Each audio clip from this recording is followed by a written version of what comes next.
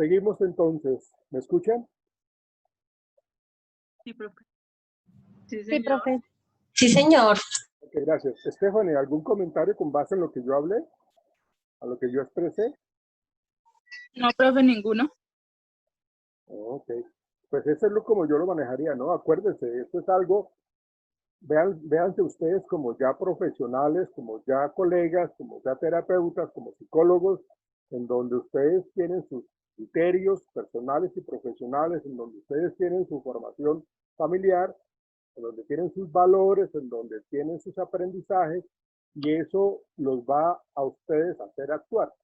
O sea, con base en eso, ustedes miran de qué manera manejarían casos de este estilo, ¿sí? O sea, no es que porque yo lo maneje así, tienen que hacerse así. Por eso digo que cada quien lo maneja con respecto a sus aprendizajes, a sus creencias, a sus normas y valores y sus creencias religiosas, ¿no? Eh, lo que pasa es que lógicamente uno tiene que, como psicólogo, tiene que ser un poco más de, tener un poco la mente abierta a saber qué es lo que está escuchando y cómo lo va a manejar, ¿sí? No escandalizarse, no asumir situaciones de antiéticas, antimorales, ¿no? O sea, tratar de ver las cosas de una manera mucho más objetiva, o sea, ser muy objetivo antes que dejarse llevar por falacias, por errores o interpretaciones inadecuadas. Por eso es bueno que ustedes conozcan un poco de todo esto y sepan en qué momento y cómo lo tienen que manejar. Bien, sigamos. Bueno, eso es lo que pasa entonces en la etapa fálica de los 4 a los 6 años, en donde su zona erógena son los genitales, en donde se empieza a tomar importancia en la identidad sexual, en donde se manifiesta el complejo de Edipo y Electra, que ya lo habíamos mencionado, en donde se toca uno como padre o como adulto responsable de los pequeños, tengamos la certeza de cómo manejar este tipo de comportamientos de autoconocimiento de los pequeños, que jamás se le jamás se le tiene que ver como conducta de masturbación en un pequeño, ¿no? Si ya los niños tienen unos componentes supremamente groseros, vulgares, es porque la gente que vive con estos pequeños son bastante complicados. Es decir, porque le han estado enseñando cosas no adecuadas. Entonces, aquí no se habla de conductas de masturbación, sino de autoconocimiento, y lógicamente hay cierto tipo de satisfacción, pero en ellos, en esa edad, no hay un contenido negativo, sexual, como tal. O sea, no es la conducta normal del adulto en donde desea masturbarse, ¿no? Y lograr, pues, lógicamente, esa satisfacción individual y personal y en privado. Bueno, ¿estamos claros con esa etapa fálica, señoritas, caballeros? Señor. Iván, ¿qué opina? Iván Montaño. Sí, profe. Pues estaba pensando en el adulto sería entonces, digamos, una forma viéndolo patológicamente, eh, ¿cuál sería, digamos, el mal desarrollo de esta etapa fálica? Ah, no, pues lógicamente, pues el hecho de que hay una mala orientación sexual por parte de los padres podrían darse una identidad sexual inadecuada. O hay personas que han sido sobregratificados en esta etapa y son adictos al sexo como tal. O son muy alejados, es decir, tienen muchos tabús en la cabeza porque la familia les enseñó de que el sexo es pecado, que el sexo es pecaminoso, que es asqueroso, pues entonces pues igual se sienten rechazados y repulsión hacia la parte de la genitalidad, del amor en pareja, de la vida sexual en pareja, de las caricias en pareja, ¿no? O sea, hay muchas cosas allí que están siendo manifestadas cuando hay una muy mala orientación en esta etapa fálica, Iván. Ah, listo, profe. ¿Okay? Ah, y bueno, sabemos nosotros de que hay una etapa de latencia, como su nombre lo indica, que es una etapa en donde hay adormecimientos, no hay zonas erógenas acá, está entre los 6 y los 12 años, en donde los niños prefieren jugar con niños, y cuando a un niño le dicen, venga, ¿por qué no van y juegan con la niña? Ay, no, qué feo. Vaya, ¿por qué no le da un beso a la niña? Uy, no, qué asco. No, qué fuchi. No, no, no, no, no, no. Y lo mismo las niñas que tienen que recibir a los niños para jugar o para hacer tareas. Entonces, como que prefieren más el estar en contacto los niños con los niños o las niñas con las niñas. ¿Sí? Aquí hay algo muy interesante que está también relacionado con la etapa fálica y la etapa de latencia, y es cuando los niños crecen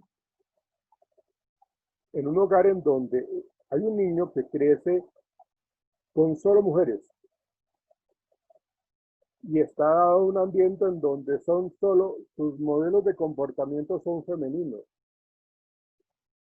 No hay ningún hombre allí.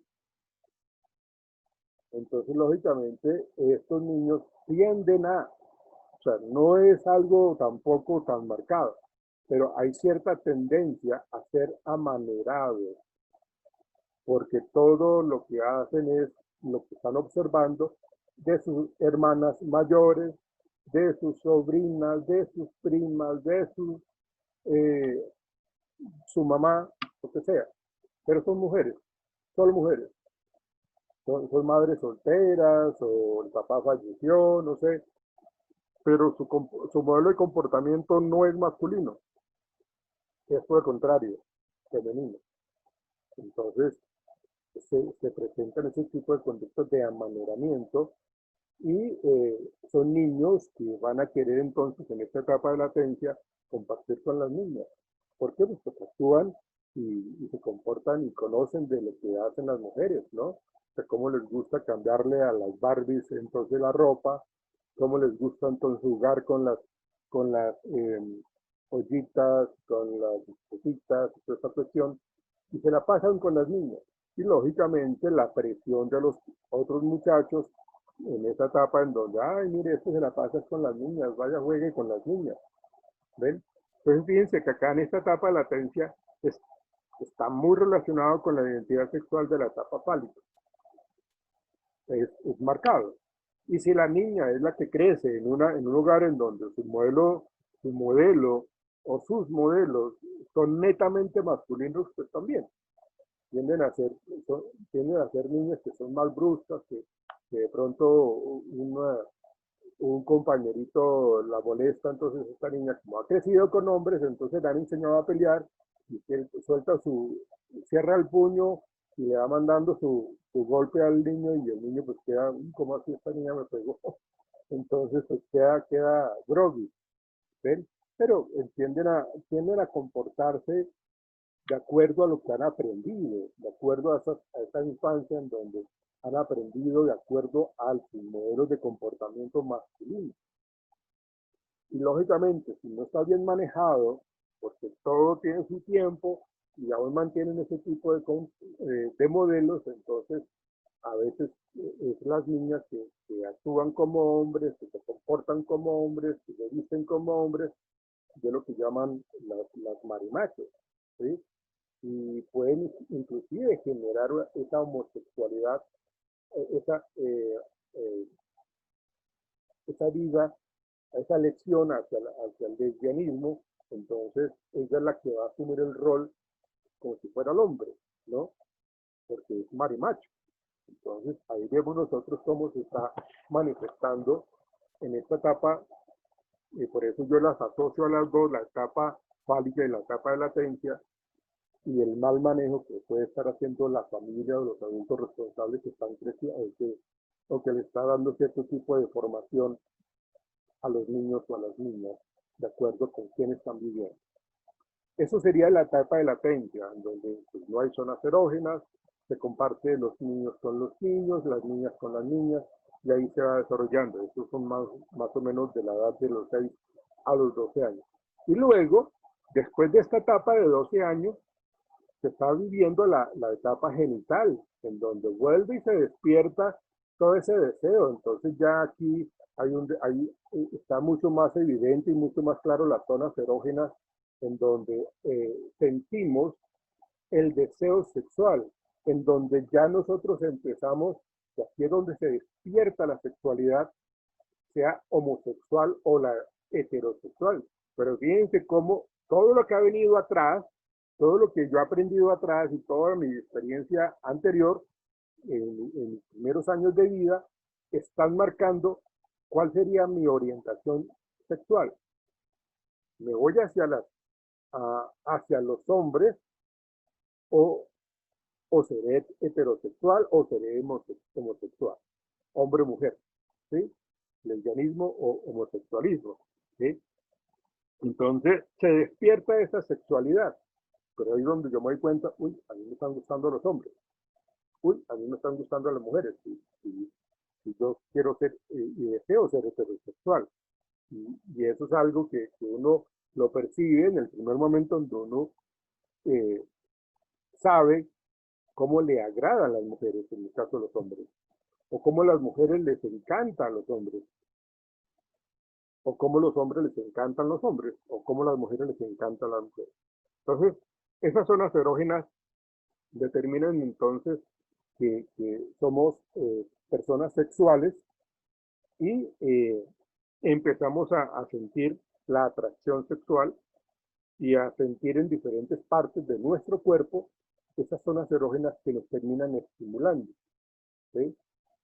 Y la cuestión está, bueno, entonces yo siento más sensaciones agradables cuando me acaricia una mujer o cuando me acaricia un hombre. Y la mujer también se estaría preguntando eso, ¿sí? Hay estudios que dicen de que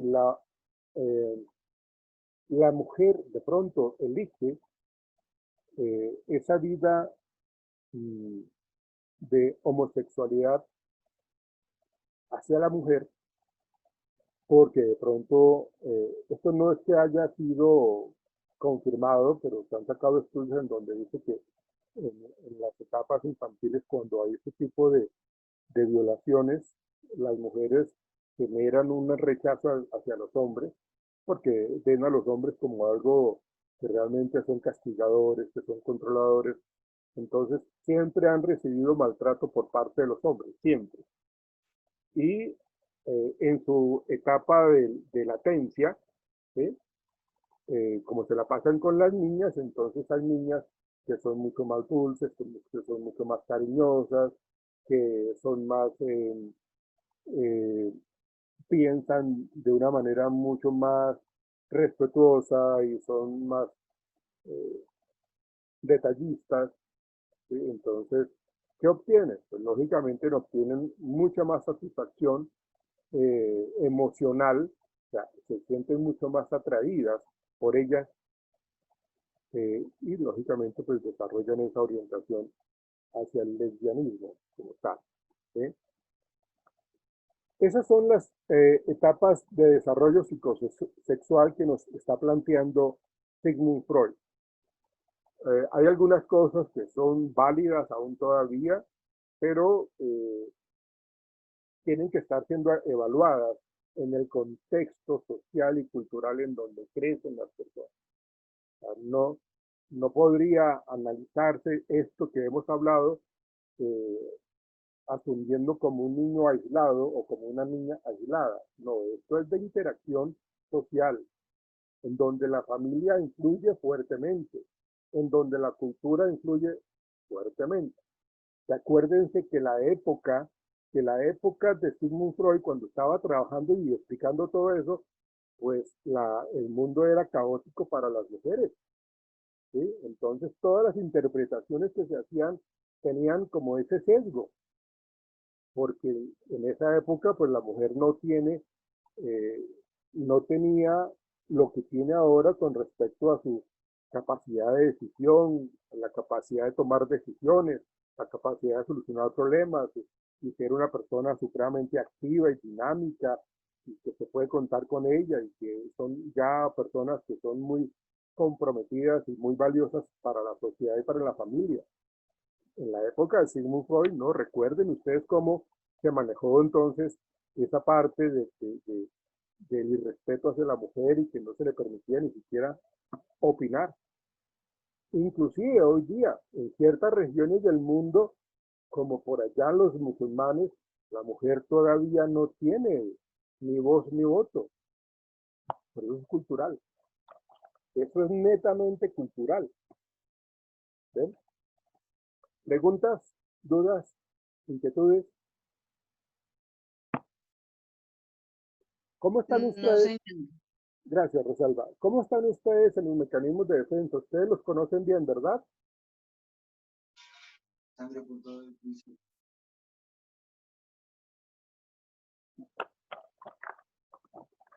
¿Me responden a la pregunta que les hice, por favor? ¿Cuál, profe? Perdón. ¿Ustedes cómo están en cuanto al conocimiento de los diferentes mecanismos de defensa? Ustedes los tienen claros, ¿verdad?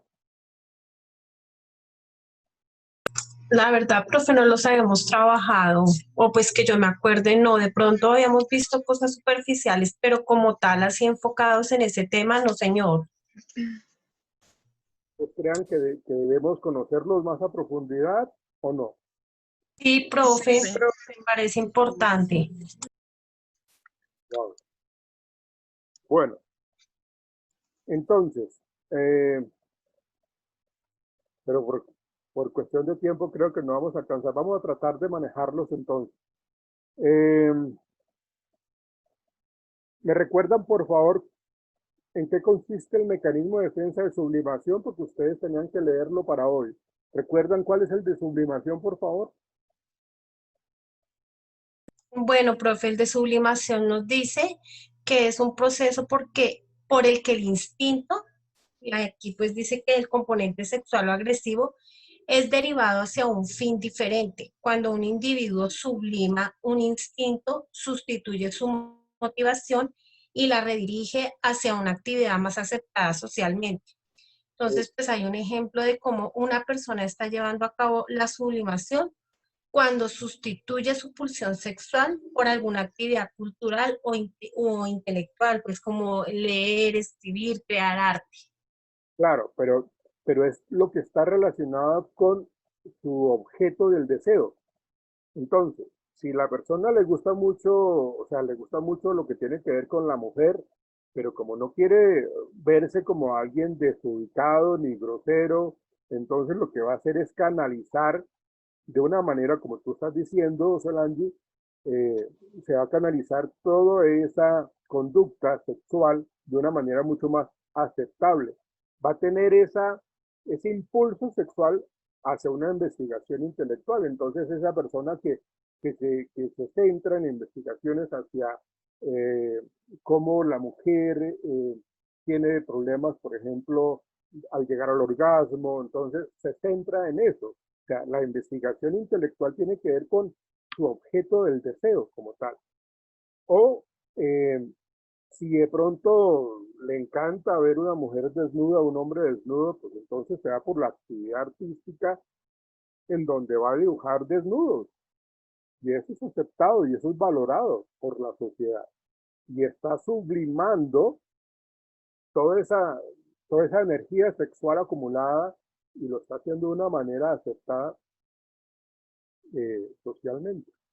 Y está desfogando, acuérdense en que nosotros tenemos una libido y un impulso sexual en donde la idea es de que nosotros desarrollemos actividad física, entonces es esa manera también de controlar todo ese impulso sexual. ¿Sí? Pues fíjense que esto está muy similar, es muy similar también al desplazamiento, al impulso del desplazamiento. Pero acá en la sublimación su finalidad no es netamente sexual, simplemente está apuntando hacia situaciones valoradas por la sociedad. Como les decía, la actividad artística, la actividad física o la investigación intelectual, pero que esté relacionado con su objeto del deseo, en este caso con esa parte sexual. ¿Es claro para todos? Sí, señor, profe. ¿Qué nos Sí, dice señor. Gracias. ¿Qué nos dice el desplazamiento?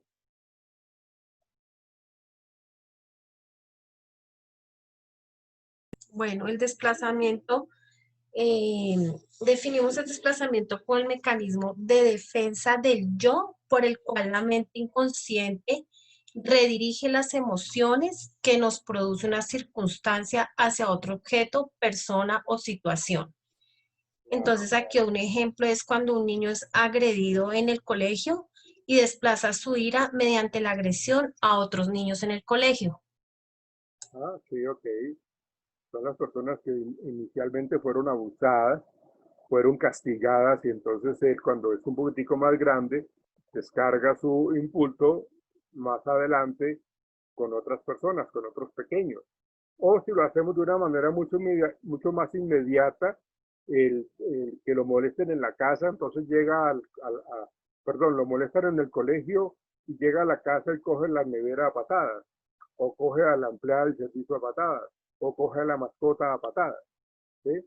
El querer golpear a otros objetos o a otras personas es una manera de descargar, de redirigir ese impulso de agresión. ¿Sí? O sea, no lo puedo hacer acá porque acá me va mal, pero entonces yo no me quiero quedar con esa ira guardada por allá, entonces lo que yo hago es descargar todo ese impulso de agresión hacia otras personas o hacia otros objetos inanimados. O sea, yo quiero golpear a mi jefe, pero no lo puedo hacer. O sea, el ello me dice, hágalo, vaya a darle su golpe a su madre. Pero el super yo me dice, no, ¿cómo lo va a hacer? O sea, él es el que le está dando trabajo, ¿para qué le va a pegar? Más bien de pronto busque una manera para que usted descargue toda esa energía. Entonces, el querer golpear al jefe, lo que yo voy a hacer entonces es reunirme con mis amigos de trabajo o mis amigos no de trabajo y voy a empezar a hablar mal del jefe. ¿Sí? Claro, tengo que saber con quién hablo, porque si yo estoy hablando con el mejor amigo del jefe, entonces va a ir peor, ¿no? Entonces yo tengo que mirar con quién debo hablar y entonces yo, eh, como quiero eh, hacer notar de que el jefe es perdóneme la expresión, un desgraciado, entonces lo que yo voy a hacer es, no lo puedo golpear, pero sí voy a hablar muy mal de él a sus espaldas. Que eso es como más adecuado, como más permitido. ¿Sí?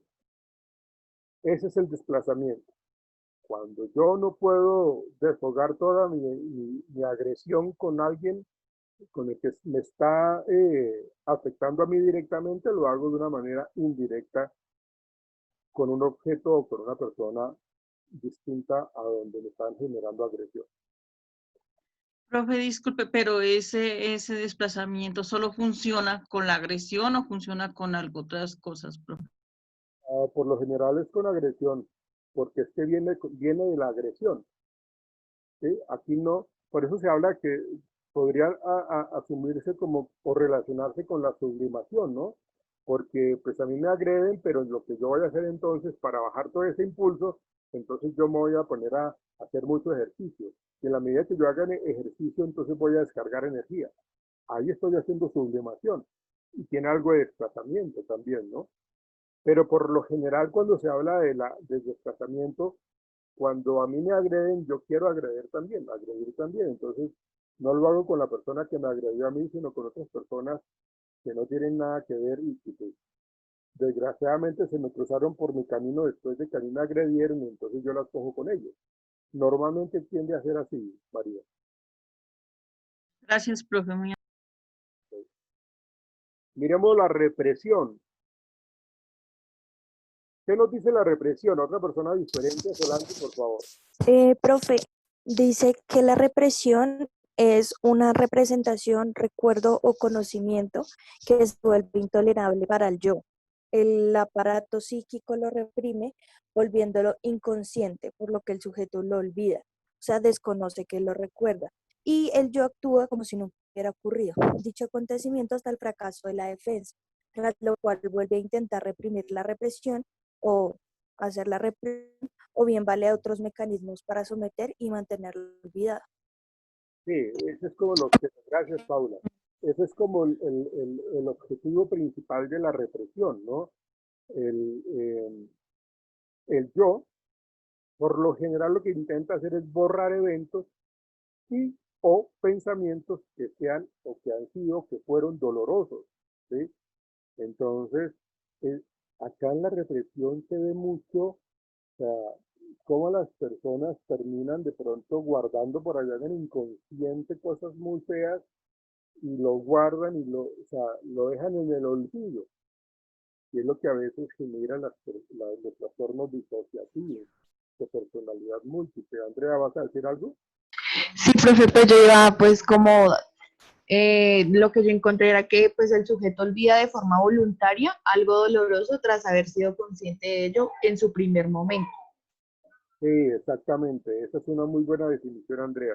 La idea es de que si se mantienen en perdón, a nivel consciente, yo lo que tengo que llevarlo es a la parte de atrás del patio de mi cerebro, es decir, lo inconsciente. Entonces yo conscientemente yo lo veo por allá guardado, borro eventos de mi cabeza, pensamientos que para mí fueron dolorosos. Entonces yo estoy siendo consciente y eso termina siendo lo que yo hago cuando me reprimo, cuando hay esa represión, ¿sí? Porque yo no tengo las habilidades para enfrentarlas, para manejarlas. Entonces yo termino ahí como sintiéndome mal por un momento determinado, pero para el yo es mucho más fácil tratar de borrar esos eventos. Entonces, como no tengo las herramientas conductuales o las habilidades para solucionar esos problemas, entonces lo que yo hago es borrar eventos. O sea, lo reprimo. En últimas, lo mando por allá al inconsciente. Profe, un ejemplo claro es de la película que tú nos enviaste a ver de Tom, que él vivió ese evento terrible de abuso sexual en la infancia y lo reprimió todo el tiempo, él evitaba enfrentarse a esa vivencia. ¿Tú la viste? ¿La viste, Solange? Sí, claro, sí, señor profe. La de los 5 yo, los 5 de mí. No, le estoy hablando de la película que nos dijiste para hacer el ensayo, El Ah, Príncipe de ya. las Mareas, Ah, que ya, ya, Tom ya. vivió ese evento en su Sí. infancia de abuso y él se reprimió durante casi toda su vida porque él, no, que él evitaba enfrentarse a esa vivencia, ahí se estaba reprimiendo. Y ese es un claro ejemplo de la represión. Sí, exactamente. Lo que pasa es que pensé que me estabas hablando de la película que yo también les recomendé ver, que era Los 5 de mí, que es de trastorno de personalidad múltiple, que también tiene mucho que ver con esta represión. Pero lo que tú estás diciendo es válido también. Claro que sí, ahí se ve muchísimo la represión y fíjate que él lo hace o lo hizo de una manera consciente y lo menciona, tal cual como tú lo estás mencionando, Fernando. Ok. Eh, Vamos a tratar de terminar este tema de los mecanismos de defensa mañana después de que hagan la intervención Luz Neri, Alejandra Pérez y Angie Tatiana. ¿Sí? Trataremos de manejar estos mecanismos de defensa que nos plantea Sigmund Freud. ¿Sí? Por favor, activen sus cámaras.